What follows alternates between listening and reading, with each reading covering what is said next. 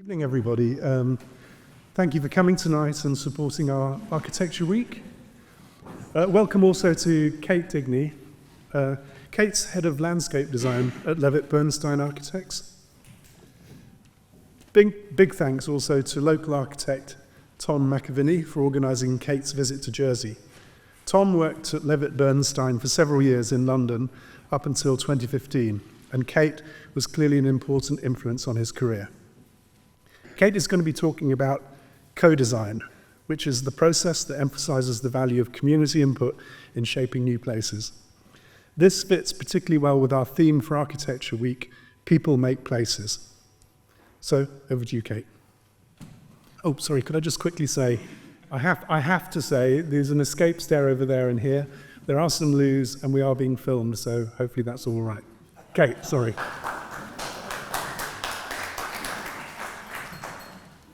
Hello, good evening. Thank you for all of you coming on your Friday evening to hear me speak about co-design. Thank you for that kind introduction, and to Tom, who's invited me here this evening. So I will be talking about engagement and public realm. I will also be banging the drum a little bit for landscape architecture and consideration of good quality public realm design in the schemes that we work on. I'm a landscape architect with about 20 years of experience, and I've been with Levitt Bernstein for around about 10 of those years, and it's been a really engaging and joyful experience working with the practice. I'm going to click on this and hopefully that will do it. Yes, if that was all right, Tom, I'm sorry. We should have had a bit of a run through on this. No, doesn't want to do it. So there she is. The tracksuits are no more, but the interest in the environment and my awareness of how landscape architects can actively tackle this major challenge that we have in front of us about climate change and the biodiversity crisis is really kind of ringing in my ears. What I didn't anticipate is the fact that my career would be so heavily steered towards engagement and building relationships with other people within the communities we work in and with other professionals within the design profession. There's going to be a lot of clicking, Tom, so you. I'll just have to tip you the wink. So a little bit about Levitt Bernstein for those who may not be familiar with the practice. We are multidisciplinary. We have had landscape architects and urban designers for quite a long time within the 50 years that we've been in practice for. And I think what sets us apart, we like to think, is that we put people first, and that might be our co-consultants, it might be our colleagues, our clients, and it very much is putting on a pedestal the people in the communities in which we are working. That is the thread through all of our projects. No kind of house style or standard approach. We seek very hard to find what is special and what should be celebrated within each community. So the cell won't last long, but I'll just take you through some of the sectors in which we work. And I, as a landscape architect, get involved in all of these projects. From the very beginning, where we have all disciplines around the table, bashing out those site strategies, thinking about blue and green infrastructure and movement and how we're going to bed in child mobility and make these places really speak of the people and the history that is behind them. So Aberfeldy, one of our long-term estate regeneration projects. We work on cultural institutions. This one picked up a retrofit award this week, a very long berth on this scheme. Thanks, Tom. And then we look at specialist housing. This is where landscape and public realm design especially comes to the fore, thinking about design principles for places supporting people with additional needs. Geographically, we've worked in Guernsey. This is Elizabeth College. So this is probably our closest work to the room this evening. But we work across a range of higher education institutions.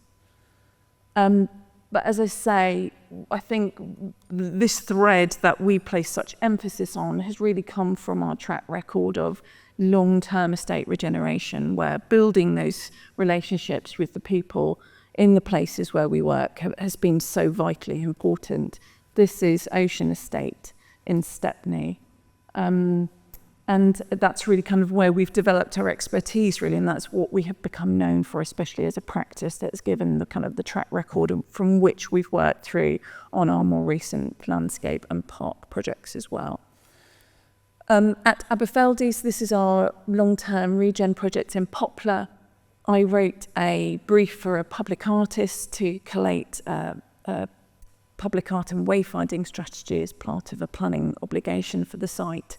And that had two threads about good quality engagement, reaching all diverse sections of the community at Aberfeldy, and also embedding public art as this consistent theme through the community within the public realm spaces. So avoiding the kind of parachuted in sculptural token feature that needs a plaque perhaps to explain it. It had to be a kind of tangible component that people could relate to, that people could see, young and old, how they have influenced and informed the kind of fabric of their community. So Make Good, an architectural practice as engagement specialists, did a fantastic job running kind of different forms of workshop engagement that bridged the link between different cultures and the past of the site, making mango chutney, having an apothecary's cabinet that was trolleyed round the community, filled with materials that would have once come to site. It was part of the original East India dock before it was drained by a Scottish man to create housing. So having those conversations about trading people's pasts and experiences about living at Aberfeldy, it was manifested through a series of some quite overt pieces, the precast concrete tea chests, but then through more subtle wayfinding features, the inlaid paisley symbols, which linked the henna artwork that was done with the Bangladeshi community, and also linking to the Paisley community in Scotland where the engineer was from. It has spawned further work. So this is the Meanwhile strategy on Aberfeldy Street, which is like the key retail corridor within the master plan. This was developed by Yankatine Architects and has been fantastically successful in drawing more footfall, bringing in new shopkeepers and different makers and creators into the street as well. We also worked with Dinah Bornat from ZCD Architects, who has cultivated and curated a pack, which I will talk about a little bit more, called Voice Opportunity Power, which is intended to be a kind of ready-made guide to engaging with young people, which isn't always the easiest thing to achieve. But at Aberfeldy, we talked with the Langdon Park Year 9 students, and we went through this process of engagement from the toolkit. And that resulted in their manifesto being put forward to local councillors as a really kind of strong recommendation of what they needed to see in their community for the master plan moving forward. Jumping to a different part of town, this is Thamesmead. The work was commissioned by Peabody. And for those of you who are not familiar and perhaps just know the clockwork orange image in your minds, it's the 1970s master plan, which led to issues of lack of legibility, having doorsteps and front doors at first floor, and having vehicles generally moving around at ground level, having an abundance of green space but having no purpose, having good consideration to green and blue infrastructure, thanks Tom, but it just not hitting at the doorstep and having no actual function for people to get outside and spaces for children to truly inhabit and enjoy being part of. So our brief was to green the grey, to tackle that brutalist architecture and the abundance of concrete and impermeability that you can see. This is a very typical view at Thamesmead. No sense of wayfinding or legibility. We were to tackle that to improve the quality of life at the doorstep for existing residents, not those associated with the housing zone where a lot of the goodies were seen to be coming into the community. They wanted to kind of have a more equitable approach and balance the attention that they were giving to public open spaces. So as a landscape architect, this is an absolute gem of a project, quite frankly, because we can really demonstrate what we call the power of landscape at a really detailed level. We were faced with a community that had high levels of apathy. The housing stock had been moved through different housing associations. Many promises had been made and since fallen by the wayside. So when we spoke with people initially, they were very reluctant to engage, and they just wanted something to happen. So we knew we had to break the norm, not expect people to come to us, but to go to them. And that was delivered through models that we trolleyed through the communities as kind of Pied Pipers on the Thamesmead Festival Day, coordinated with Peabody.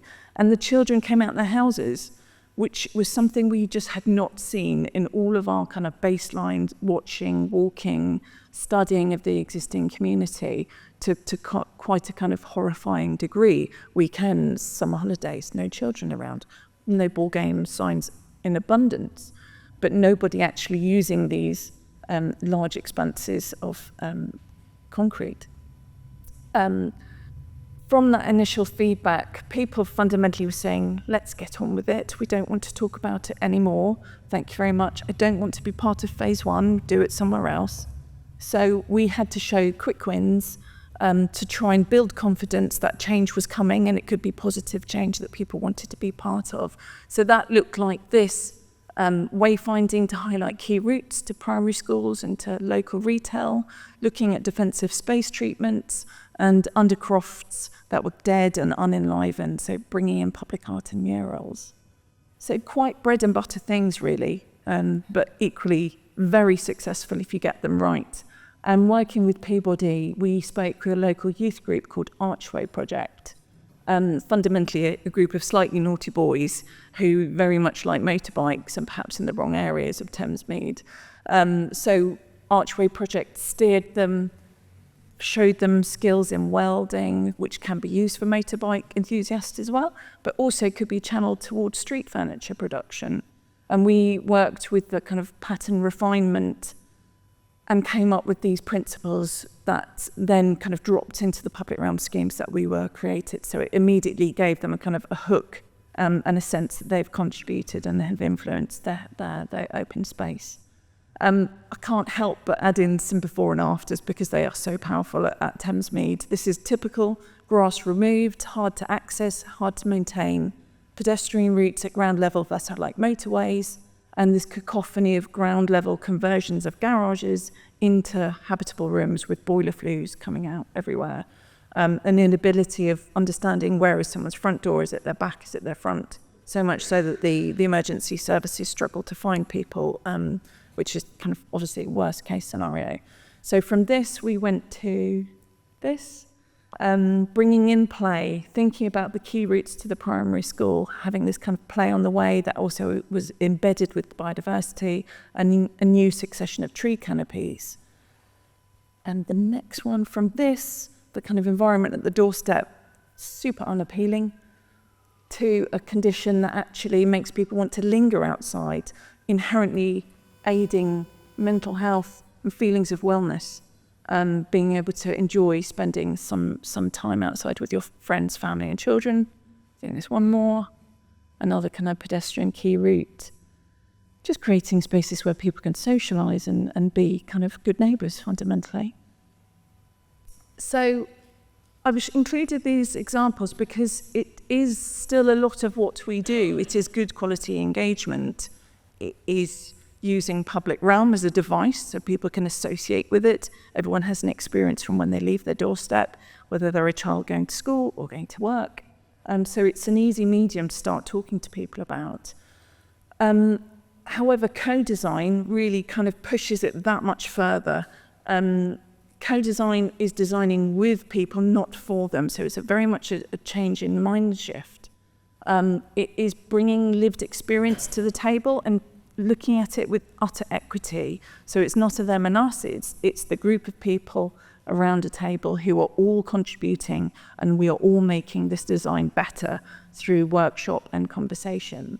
I'm not going to go into the academics of co-design any more than that. but there are some good sources that I've included at the end if you're really keen to kind of pursue that, because it is a whole area of specialism in itself. I'm going to talk through 2 projects and tell you about the kind of tangible workshop processes that we use to engage with people. So firstly, Fairlop in the London Borough of Redbridge, one of their key regeneration projects, and they're very proud that they're putting health and well-being through delivery of public open space and recreation at the heart of their regeneration kind of themes and funding process. So it's a sizable park right off the central line, and this was our early thoughts about how we can link in and strengthen looking at other existing green space amenities within the area. The Fairlop itself is already well used.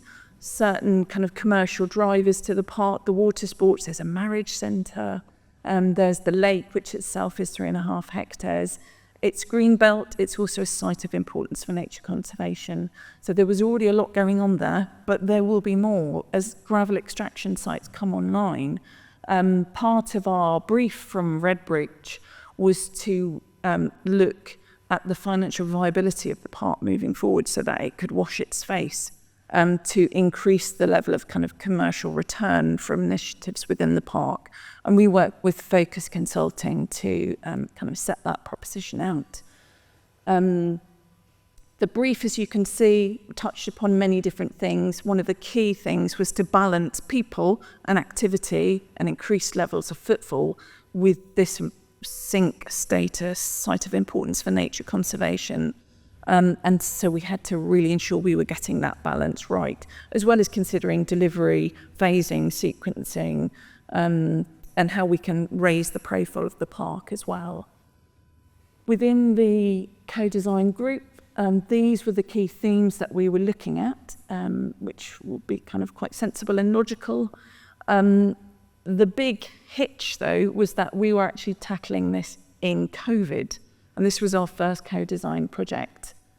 So we were faced with a community design group that looked like this, crudely.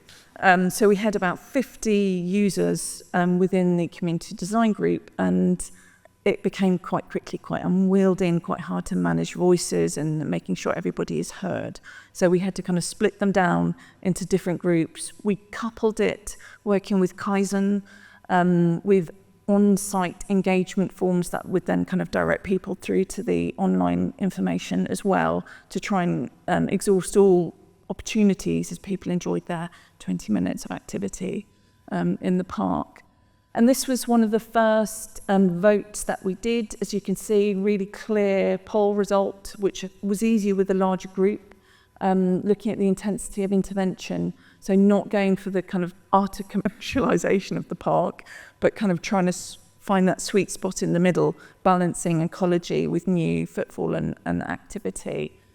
When we could go outside, thanks to COVID, we talked to the local scout group, which was a really good kind of resource, if you like, and we took them outside. We spoke to them about what they felt was really positive about Fairlop, what they wanted to see from it, and what kind of experiences that they wanted. From that, we developed these kind of set principles, both for the park on the left, which kind of feel quite sensible, talking about the kind of the natural environment and the history and the heritage, underpinning it all with access and improved equitability, if that's a word.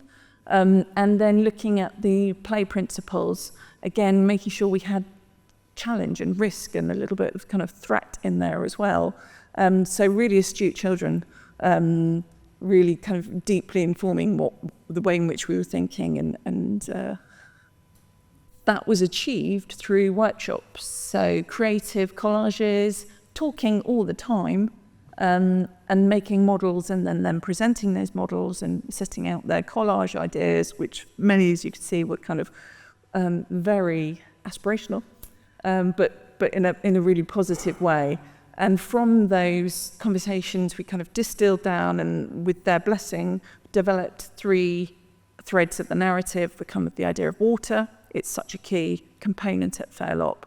Land, the natural habitat, the agricultural land coming into the park, and then air. as Fairlop was an airstrip within the First World War, so another kind of really significant historical layer. So we had a lot of fun, and we took their models and kind of dissected them and spoke to them about the actual experiences and how they feel and what did they mean by some of these forms that they were making. And from these experiences, we then took them into actual play pieces. Thanks, Tom. So we drew quite a few with them, and these are now kind of landmark pieces that we've got within a trail. So water, the obvious opportunity of the boat, land with kind of the habitat and mammals that we'd like to see maybe rewilded and introduced, and then air, taking a slightly different stance from the kind of aviation theme, but birds in flight. So really kind of capturing their imagination and lifting their aspiration about what could be achieved. So the play route, the activity trail, is the yellow line that kind of acts as a kind of consistent route all the way around. That could be jogging and walking. It's generous and inclusive in its design. And then it's complemented by the kind of new moments of improved access, bringing on the new gravel extraction sites, having areas of minimal intervention, so that we don't disturb ground nesting birds, and all the special reasons why the park is designated a SINC. Then down Lane Park, quite a contrasting project over in North London. So in an area of extensive residential-led regeneration, we are sandwiched between the wetlands and a kind of ladder of existing homes and streets leading to the high road in Tottenham Stadium, just kind of further off the plan. So a lot of new homes coming in, and all eyes on the park as to see what could this achieve, how can this support all the new people, the diversity of people coming into the area. So we were gifted 2 new park entrances due to the kind of spatial planning for the area. So the pink arrows, you can see 2 positive new entrances, which will increase permeability in the south of the park. You can see it's a park of 2 halves. The north is very conventional, traditional parkland, a bisecting route that is very much a commuter route through the north, and then the cluster of activities, an existing building with a yellow footprint, which is currently part nursery, part community building. And we had our community design group that looked like this. There were a couple of Levitt Bernstein members in that audience as well. And they were comprising, thanks Tom, a truly representative group of the community, as you would entirely hope it should be. So that included people from local inclusive access groups, the operator of the existing community provision. It did also include a member from the developer who was operating on the southeastern edge of the park. And we also had a facilitator in Lisa Taylor from Coherent Cities. So you can see the kind of the arrangement of the teams involved, with the local authority kind of plugging in as well. So within their initial meetings, they set out their manifesto, their kind of common shared purpose, what are the key objectives, which is really important to kind of get everyone to the same page. And these are the 10 improvement objectives that they agreed, again, very sensible. The need to include a permanent community hub building, potentially looking at refurb or renewal of the existing building. And then we had our master plan process that was partly set out by Haringey. So our brief was to develop 2 master plan options that could be taken to the wider local community through more conventional stakeholder engagement. And then we would move forwards to the planning process, as planning was required for the building and the environment around it. We've made this slide as compact as we can, but you can see there were a lot of engagement sessions, a lot of workshops. The pink October bubble middle top ultimately marked that point of 14 workshops to get to the 2 master plan options where we had that first engagement period. And then we moved through a further series of workshops, and then planning at the end. So that was the theory. It did expand upon our original appointment, you won't be surprised to hear, and I'll perhaps talk a little bit more about that later on. But how do we engage with them? Well, through diverse means, and that's kind of, the sensible approach. So we ensured that we built confidence in everyone in the group through using different techniques that everyone could kind of connect with and contribute to in confidence. I think we had a slight issue initially about new residents and existing residents, and there being a slight kind of disconnect between them. So that was one of the kind of inherent issues that we had to deal with, and it was resolved. There was actually quite peace within the group, which was nice to hear because we spent a lot of time together. Moving through into the public consultation, this perhaps looks more familiar with kind of lots of models to ensure people found it legible, workshops with young children to talk about play again, and then getting everyone outside into the park to talk about the spaces that they use. So this is the master plan that was derived from that 18-month process in the end that we took to planning. And it involves some very kind of logical, sensible interventions that were very quick to agree. Our approach to expanding the woodland, introducing sustainable urban drainage, really kicking up levels of biodiversity, play, outdoor gym, safe routes, lighting, all of those kind of principles were actually quite easy to resolve. And moving through into after the master plan, so this we had the first kind of statutory engagement process, and the community selected the preferred master plan. And this community design group, as was their will, because they were fundamentally guiding the process and saying, right, we want to talk about X, we need to talk about Y again. They wanted to go back to the hub building location. It was a little bit of a wrangle, and if you can imagine kind of sound urban design principles on one side saying have a frontage to the street to make it a really clear identity, support that desire to have use running later into the evenings and thinking about security, and let's draw it to the street edge. But there was a bit of reluctance. So we went through a process of looking at every kind of iteration that we felt was worthwhile, and then setting out the pros and cons, which again added another probably couple of months onto the programme. But it was important to demonstrate that, we weren't just listening to record, we were listening to hear, and that they were truly calling the shots in certain instances. And that engagement process took, again, very hands-on form with fuzzy felt, people composing buildings, a lot of talk about toilets, as you won't be surprised to hear, how they're accessible out of hours. It's those nuts and bolts that really make parks work, and really most forms of public open space.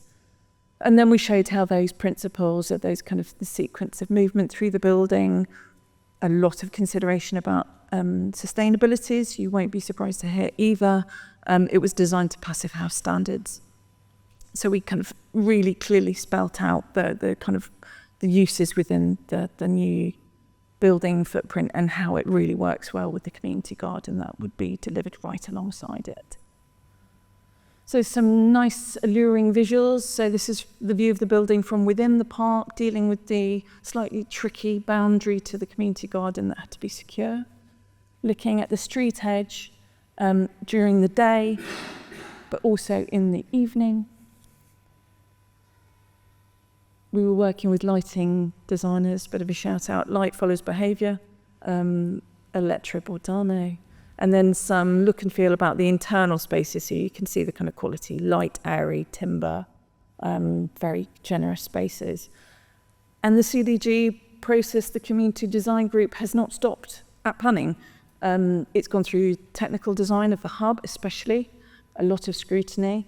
They were at spade in the ground at the start of phase 1, which got green and resilient spaces funding from the GLA, which was great.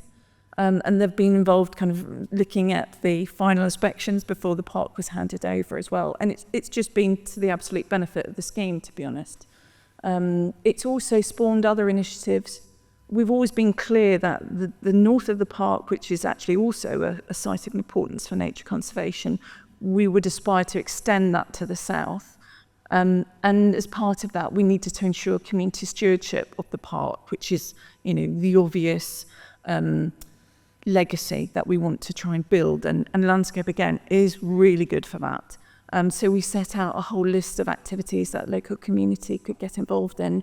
This is the Harris Primary Academy Building Dead Hedges, if you're wondering what that is. It will help us remove the railings on the edge of the park in the future, along with some native mixed species hedging.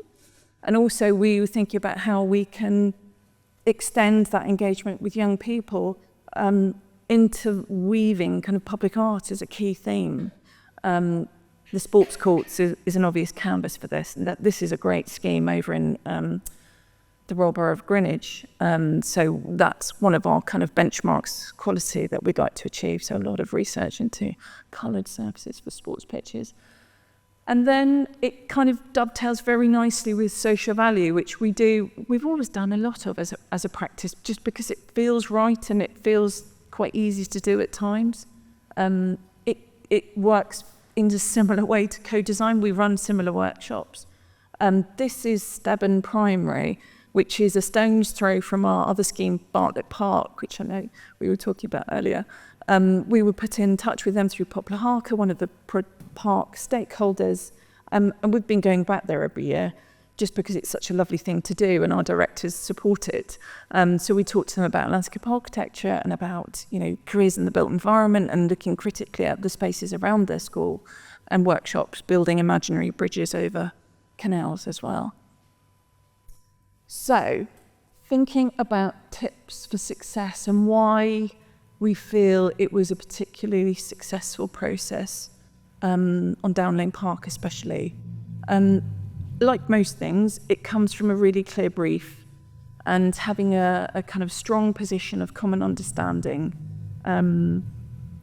We had a number of sessions fundamentally mapped out, and we had a kind of crude idea of what they might cover in principle, even though that kind of evolved and extended along the way. So having that clear dialogue on fees, on programme, everyone's always got a threshold to try and work to, but that was fundamentally very important.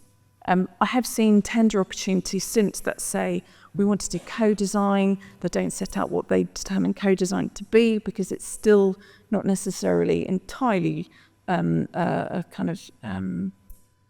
commonly identified topic, especially in terms of public park design, say, as opposed to kind of building retrofit.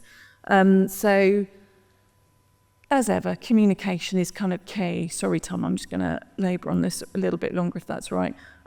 We had a facilitator in Lisa Taylor. That was also really useful. And you kind of think, well, why do you need a facilitator if you were doing all the workshops? Well, she was a great sense check. She was also great in terms of managing the voices in the room, which was really difficult at times. She also kind of critiqued our material. She was a very critical friend in saying, well, what do you actually want to get out of this session? What are you trying to achieve? She also was very good at steering the client on the kind of agenda and the nuts and bolts of things.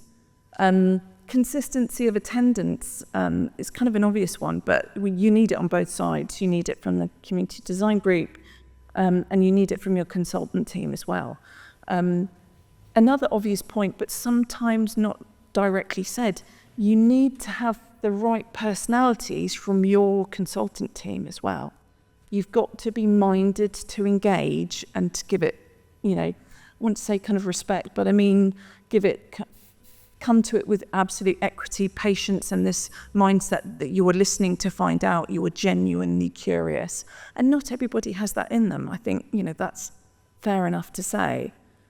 Mix up your formats, make sure that you can engage people in a broad range of different ways.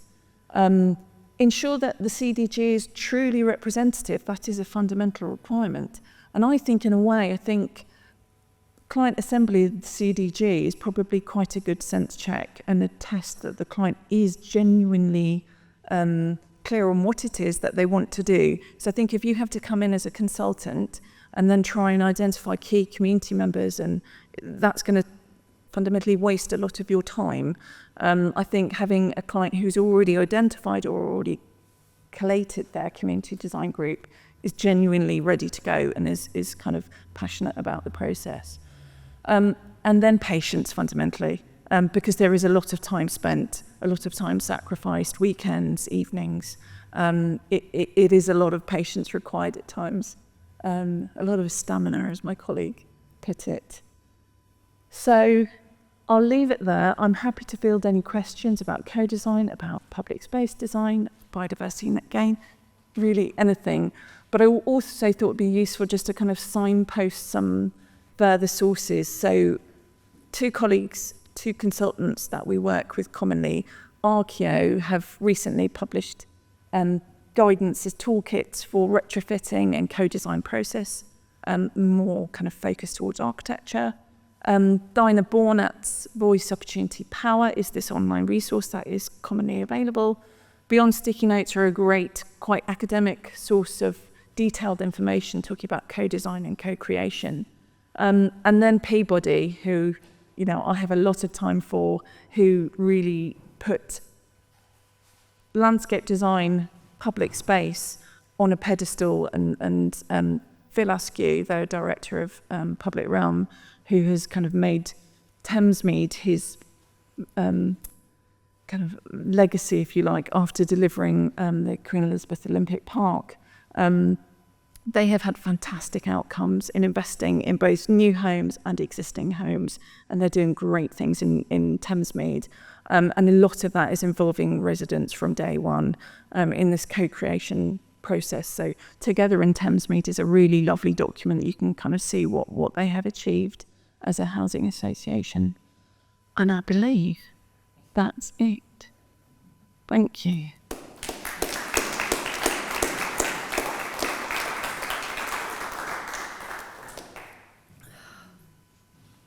I should have planted some questions, Tom. Thank you. First of all, brilliant presentation, very meaty, lots of material in there. Lovely last slide that went through all of those particular things. I have 3 things to sort of ask you about, so I hope it's more of a provocation than anything else. I was interested when you sort of sketched over the new and the old, you know, when you said there were 2 divisive. How did you deal with that? It's interesting. I think because there were so many sessions together, I think it's about making sure all voices are heard, which is, you know, fundamental. Exactly, yeah, just making sure everyone had patience and listening, and those walls did start to dissolve because they kind of realised actually they had shared values a lot of the time. So the whole, how long have you lived here, it's not really a kind of benchmark to evaluate people on. Everyone actually was out for the best interests of the park, so it thankfully fell away quite quickly. And was there something that evidenced the result of that, what you just described? Was there a point when you went, oh my God, it's worked? I think really it's about the footfall in the park that we've achieved. And I think time will also tell with the kind of the opportunity for stewardship, which is significant and previously completely overlooked. Now that we've completed the first phase, people are allowed back into the majority of the north of the park, and they're falling over each other. It's so popular. Yeah, utterly, yes. It is their master plan fundamentally. We have not given it to them. They have devised it. Okay, sorry. I'll have to project further. Thank you. My other question is related to design thinking. Was there a concept of you informing these people about the notion of design, or did you even use design thinking? Because you've got the word design that's in co-design, obviously, but in lots of other things. Not really, if I'm honest. We talked a lot about character and qualities, and that is kind of, perceived through kind of habitat types and, but I not specifically, no. I think perhaps it was a kind of conscious subject we avoided because, it kind of slightly infers a top-down. Yeah. And that was definitely something that we wanted to try and avoid. I would suggest you don't avoid it, because I think once you actually tell people they become designers, have a different concept in their minds of what they can achieve. So it's just a thought. But the last question, it relates to the 3 parks that you devised, which were the land, water, and earthing.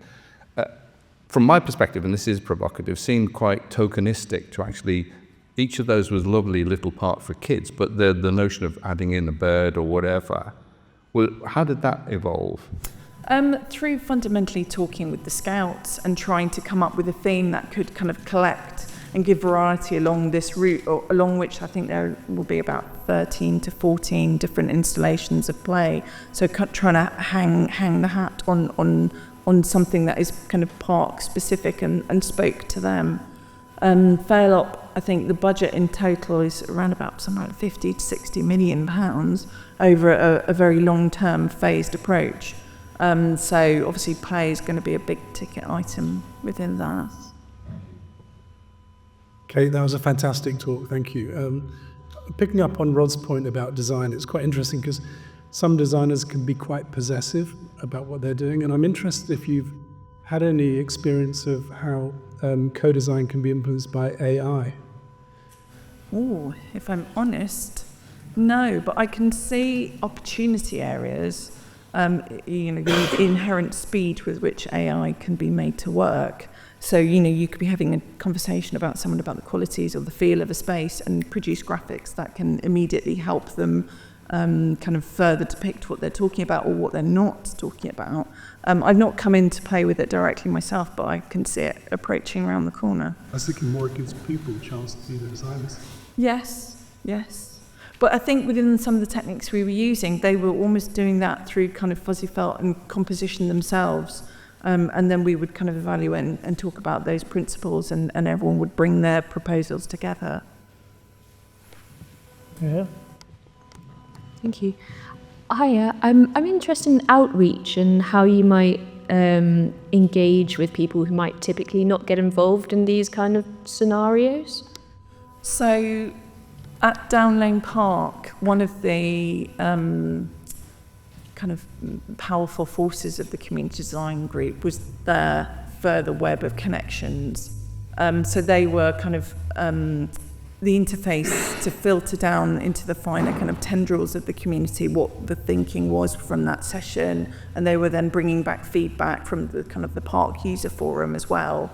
And they also directed us specifically to groups that of kind of different sections of the community that they feel hadn't been reached closely enough or deeply enough within the engagement process. So that they had kind of quite a wide range of benefits on that front, just to ensure we had a kind of wider reach as possible.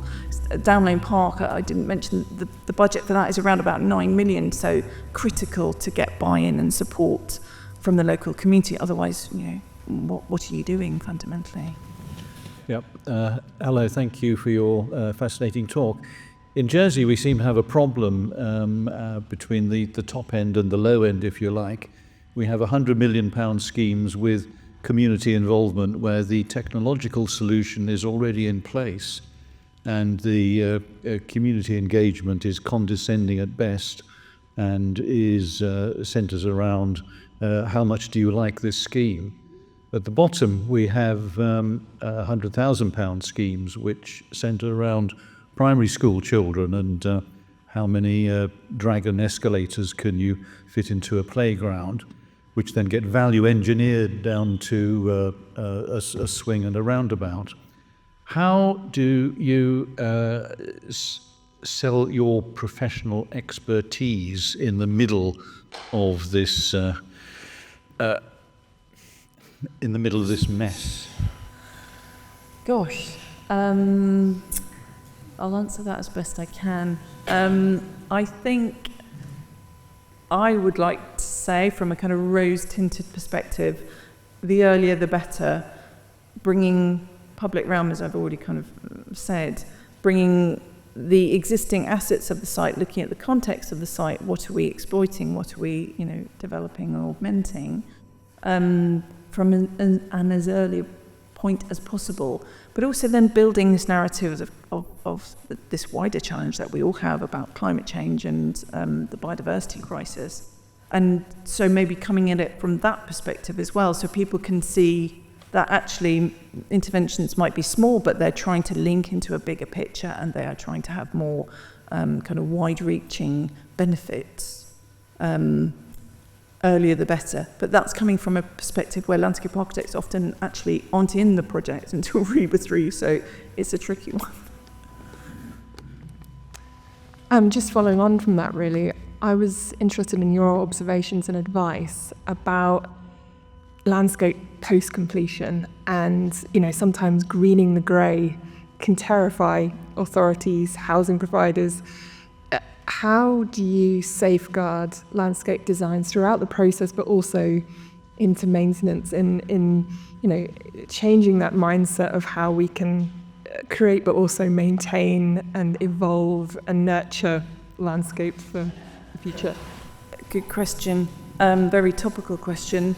And I suppose half of it is pointed towards getting people involved and making them feel and realise that their domain doesn't stop at their gate, where they might have a little bit of something, a hedge or whatever, but they can actually get involved more widely, more generously within their community, and perhaps providing the means for that to happen.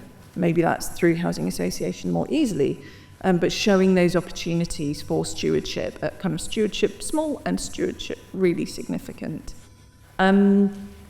Then in terms of the kind of management maintenance side of things, obviously interlinked, it's about, I suppose, I'm going to bang the drum a little bit for Levitt-Bernstein's approach, which is about robustness, simplicity, endurance. It's not about too many bells and whistles that can't be easily replaced. And that can sound quite boring to some people, but actually it's kind of a freedom, and it frees you up to focus on bigger picture things. You're using tried and tested techniques and details. In terms of planting design, though, that is where the issue currently lies, where we've got the new policy of achieving a 10% uplift within sites under biodiversity net gain policy. Now, that is very challenging at the moment because it is forcing us down a route where we have to go super floriferous, herbaceous, and we kind of at times start to forget about the very hard-wearing environments that we're actually designing for, which previously might have been semi-ornamental shrub that grows up to 1 metre, and it allows your secure by design sightline to be under your 2-metre clear stem tree. Where we're bringing in natives and we've got scrub planting, it's going to grow towards the ceiling fundamentally, unless someone is actively maintaining it and keeping it at bay. I'm a bit of a fangirl for Peabody, but what they're doing in Thamesmead is very different.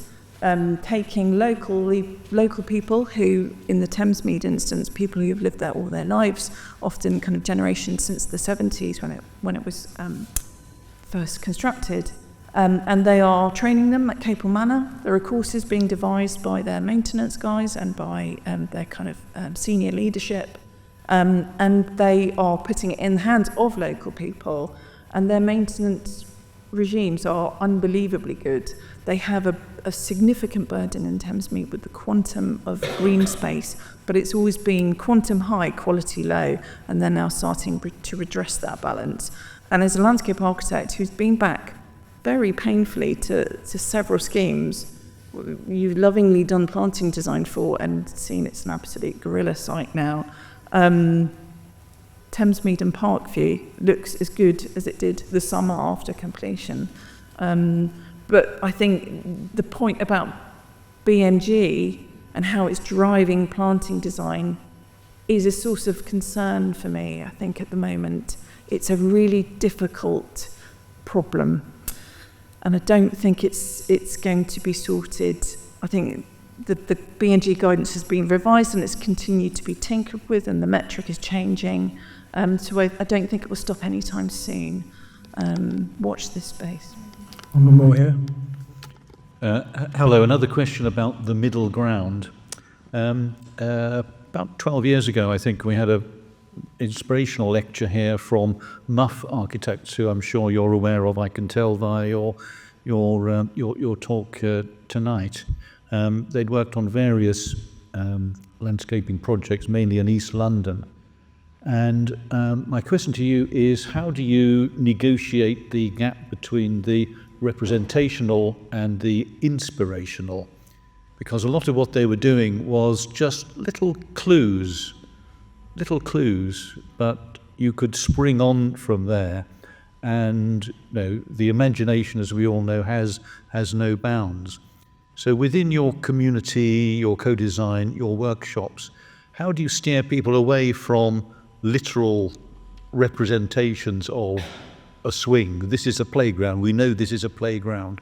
How do you steer people towards perhaps a greater imaginative play? Fundamentally through kind of flooding them with great quality precedent and to taking them to spaces and places, as we did on Down Lane Park, where we've kind of pushed the boundaries of the norm, and we're looking to kind of, as you say, kind of push much further out into the inspirational. I think that's the kind of the main thrust, and there are some great case studies out there.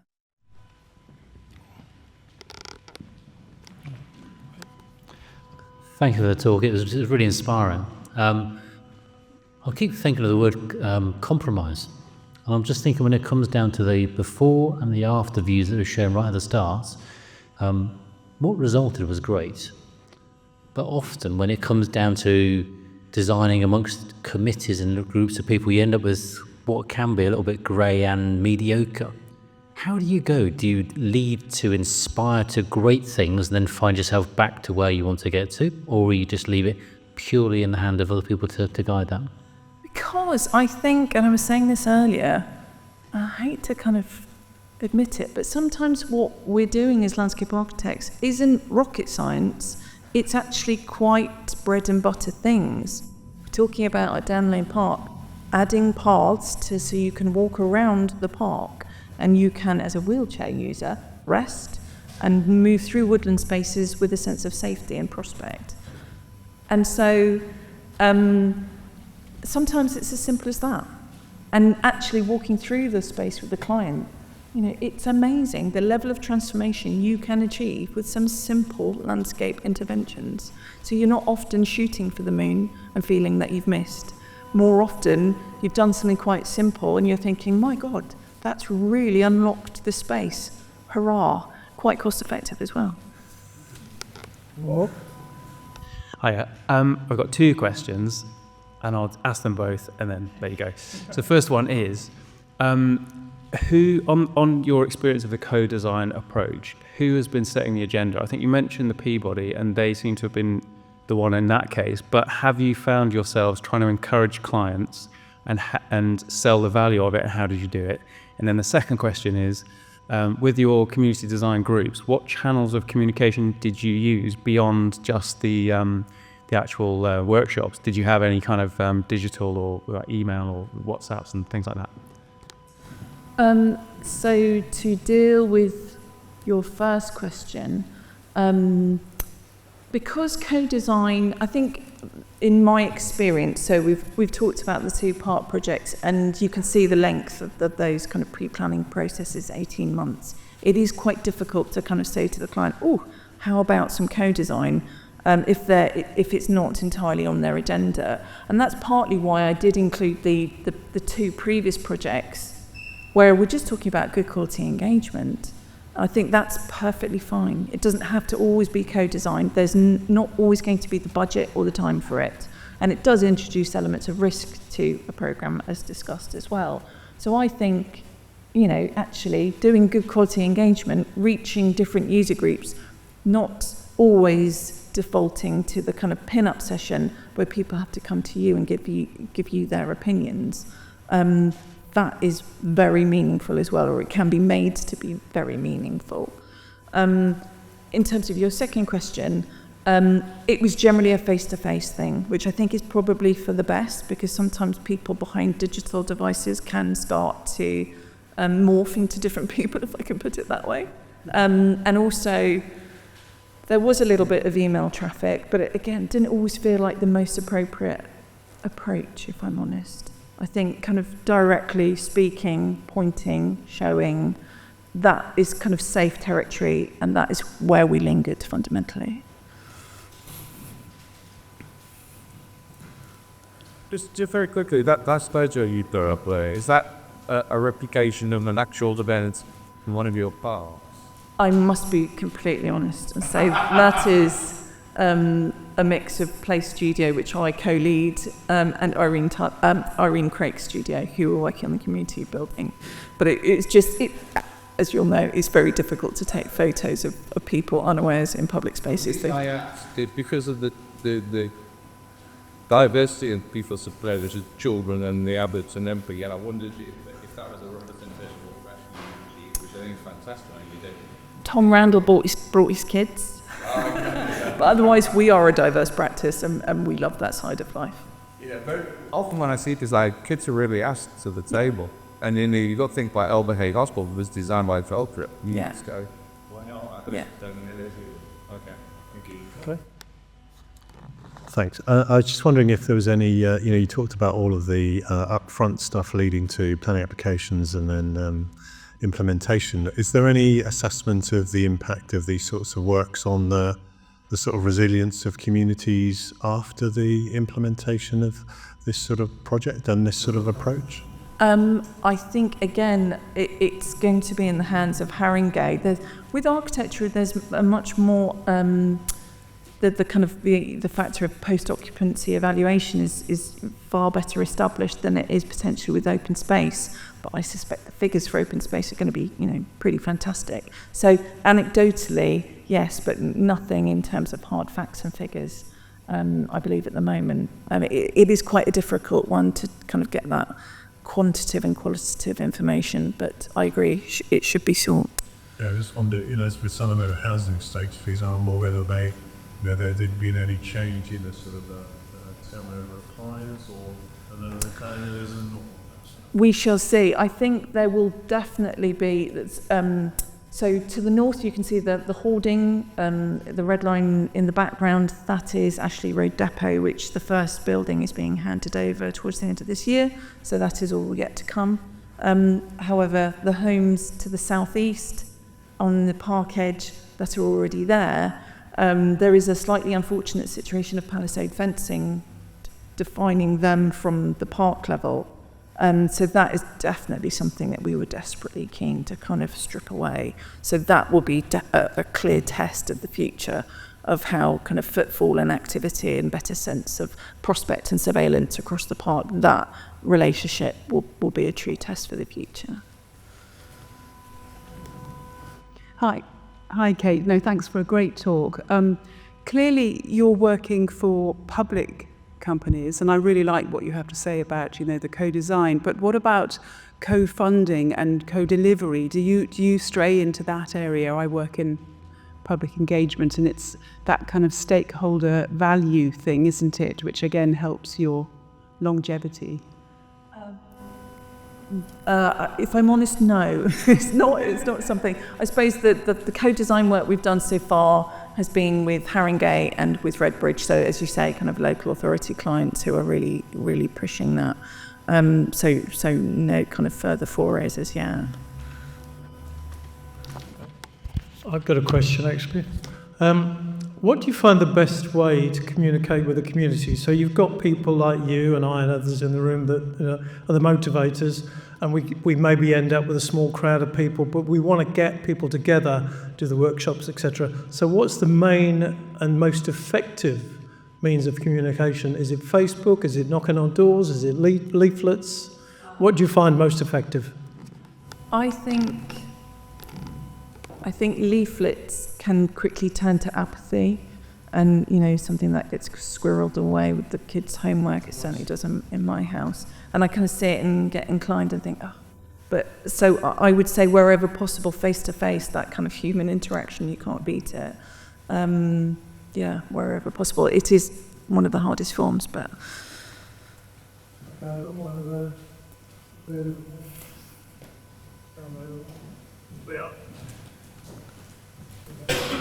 Thank you. Thanks very much. Thanks for the talk.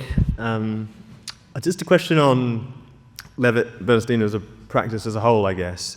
You're a multidisciplinary practice doing landscape architecture and urban design. I think in terms of scale, that's probably not something Jersey has the benefit of. I may be wrong. I know some practices do a multiplicity of things. But what do you think the benefit of that is for you as kind of a practice, having all those disciplines under one roof? And does it happen, obviously in Danley Park, I think the architecture arm was involved in the community centre. How does that work, obviously having kind of landscape conversations and architectural conversations? Can you kind of talk around some of the benefits of that? That's an easy one, to be honest. I mean, previously in my practice, I worked for a landscape architecture firm. It had some engineers, which was slightly unusual. It was about 60 people in the boom. And then coming to a multidisciplinary practice, initially as a landscape architect, I was thinking, my God, the clients are all around me. But actually, once you get over that, it just makes sense. Everything is so much more fluid and effortless, and the relationships you build internally help expedite design thinking, resolve problems, come up with these initial ideas. You know, Matthew, or MD, is very clear we've got to get all the disciplines around the table and have those initial thoughts together, rather than one discipline feeling that actually they're owning this. There's none of that. It's far more equitable, and it's kind of, you know, a bit more life, really. It feels very sensible, and sometimes I am surprised that landscape architecture as a profession isn't more kind of embedded in other large multidisciplinary practices, but hey, I am biased. Okay. I was just going to join into that answer, if it's all right. I kind of found thinking about projects that we worked on together, when we shared the same brief and discussed the project. On that project, I'd see your design process, and then it just meant that the next project I'd be preempting your thoughts, and over time you're just learning the terminology, the thought processes, just things to think about, so it's not a case of the architecture's done, here's the landscape. Absolutely. And I think that would be the same as well with interiors. Sometimes I've noticed in Jersey there's a bit, or just everywhere, there's a tendency for people, maybe it's a commercial thing as well, to siphon off the packages so that people are a bit guarded. But then when the end result is that the end product is devalued a bit because there wasn't as much cross-fertilization of ideas, I guess. But I think this also leads to Leah's comment about how the green spaces or the external landscape is delivered and maintained, in that no one's fighting for it other than the landscape architect team. And there's sometimes a feeling that that's the final bit of the budget. Oh, we don't have any of that left. And the architects are sat there going like, well, we got our stuff. Where's the parsley? Yeah. Yeah, I think that's true. It's definitely a stronger outcome when we work together. And that's not to say that we're going to be there every step of the way, because fundamentally our fees do not achieve that. So early intervention, early conversation, then we'll go away and work on something else quite happily. And then we'll come back again. So it's kind of fits and starts. And as you say, once you've done one turn of the wheel and you understand the key things, you kind of, it's like a ballet, you're moving around each other. It's like, okay, I know you'll need X and the balcony's there. And so you just iron out all those kind of kinks. It's all very smooth, most of the time. The reality, because you've talked about, mentioned it before, the sort of greening in the grey spaces. The reality is that actually is turning in your fake with that. I think it used to be, I think quite right, in that you were again at the budget, and the concept that the public had, and what we see through these consultations, the people are desperate for green spaces, desperate for trees and everything else that we want, that inhabit our spaces. So I think it's actually turning in. It is. That far down dodgy line as well. No, we're clawing up. And you can see it in developer kind of packs, can't you? It's gardens this and it's park this, and it's the kind of seductive image. But it is inherently required. We're all fighting this wider battle of, trying to address climate change and the struggles therein. So it had to happen at some stage, but we would like to think that our time is coming. Thank you.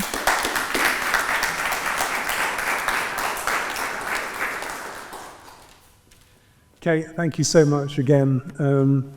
Thank you. Terrific. It might be a colour thing, but I really love the idea that you're greening the Clockwork Orange film location, and that's fantastic. But also thank you to everyone here so much for coming along tonight and joining in. I mean, these talks are all about trying to encourage conversation about what are really key topics.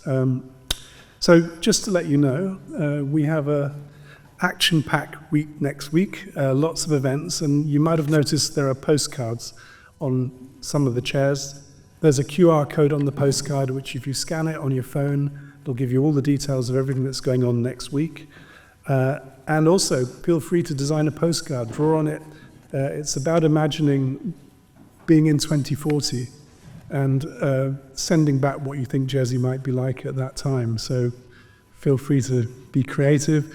Drop the postcards around at Art House Jersey and at Capsule House, and they'll form part of the wider exhibition. So thank you, Kate, again. Thank you, Tom, for organising this, and thank you to everybody for coming along. It's been great. Thank you.